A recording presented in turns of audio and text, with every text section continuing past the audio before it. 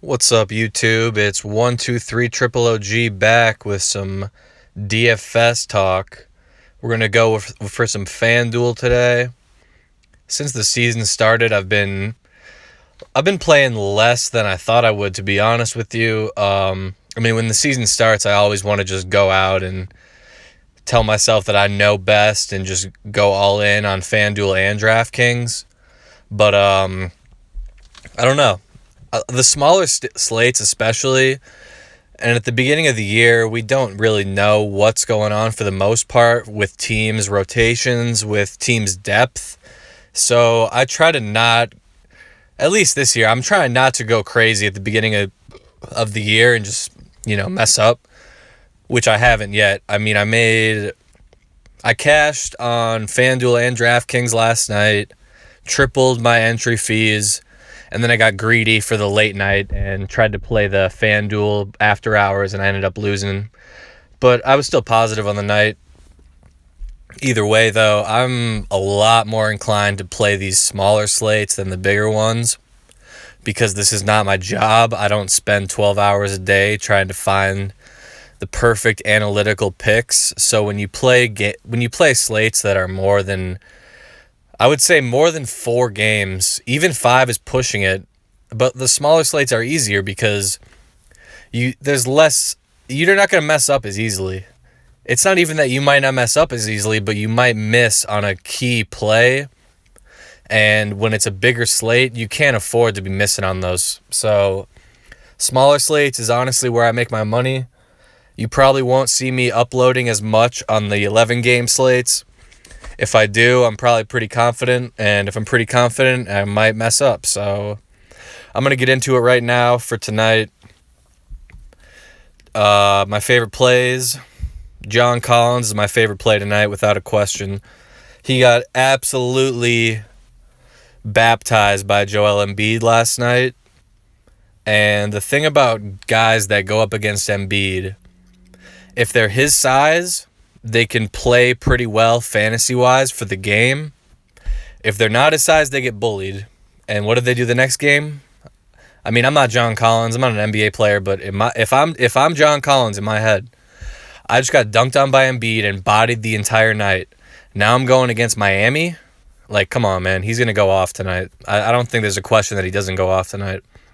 Tim Hardaway, that's a shot in the dark, but he's gotten 21 minutes a game for all 3 games this year. The opportunity is there, and for the cost, I don't know how he can disappoint me. If he gets less than 10 points, I'm going to be pissed. But even if he gets me 12, 14 points, it's not the end of the world. I'm not screwed. So, similarly with DeAndre Bembry tonight, he was in foul trouble yesterday against Philly. I see him having a good game tonight. I'm going to stay away from Reddish and Hunter on the Hawks side. I might not completely stay away, but at least in this lineup. Jimmy Butler, yeah, I'm playing him. He hasn't played all year. Birth of his daughter. Jimmy kind of a cornball in the first place, so you figure this is one of those games where he's like, yeah, man, I'm playing for my daughter. I'm going to drop 40, and then he'll disappear for a few more days. Trae Young, he played all right. Let's see his stats yesterday. He played all right against Philly. 25, 4, and 9. But that's not what you want. Look at these stats right now.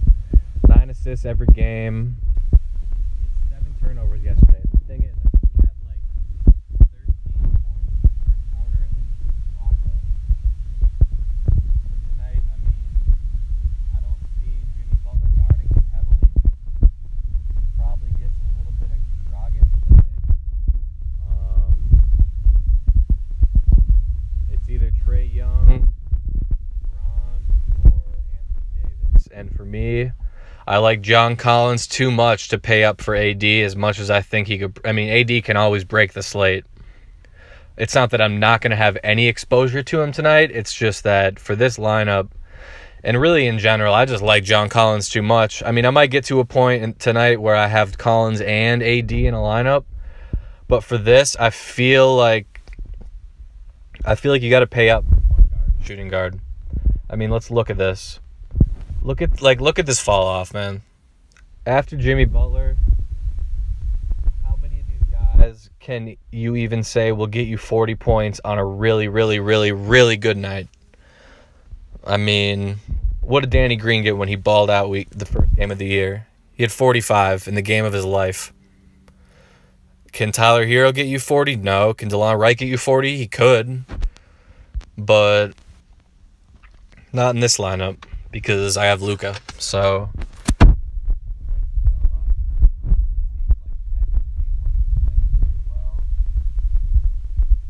don't really know who's going to guard him, to be honest. I mean, Jamal Murray can't guard him.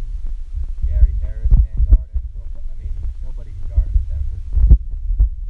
And right now, Jeremy Grant is a risky play. I'm not going to lie to you. I mean, look at these stats this year. Pretty trash. Pretty trash. But the minutes are there. And in fantasy, the only thing the most important thing, obviously, is fantasy points. The second most important thing is minutes. Minutes is opportunity. Opportunity is ceiling and a higher floor. So they're going against Dallas. So I'll keep Jeremy Grant in.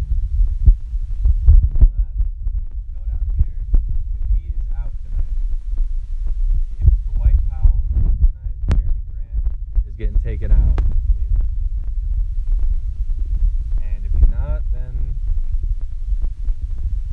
We'll see. I probably keep Grant in there. But I'm really excited about this slate tonight. You see I got $900 remaining in my salary. I'm not even worried about it. This is the thing you got to keep in mind. These prices does not directly reflect a player's fantasy points, okay? It's taking account fantasy points, of course, but opportunity, like I've told you. Opportunity is very, very, very important. It's the only reason why I have Tim Hardaway in my lineup. If you're getting 21 minutes a night and you're Tim Hardaway, I don't see a way that you go... Like, how can you get worse in these 3 games? How? I just don't see it. And he can't screw me, which is the most important thing.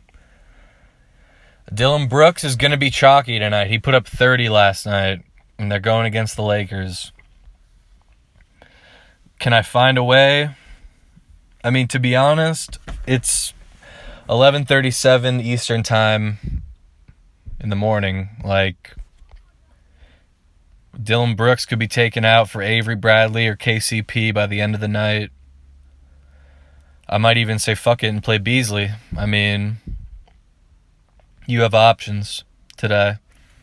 And that's what's good about 3-game slates is you have options, but you don't have too many options. And that's what always trips me up when it's a big slate is that when we have a lot of games going on, there might be 5 guys I really like at shooting guard, but I can only play 2. So that's all I got for you guys tonight. Let me know what you think, and I'll check back in with you soon.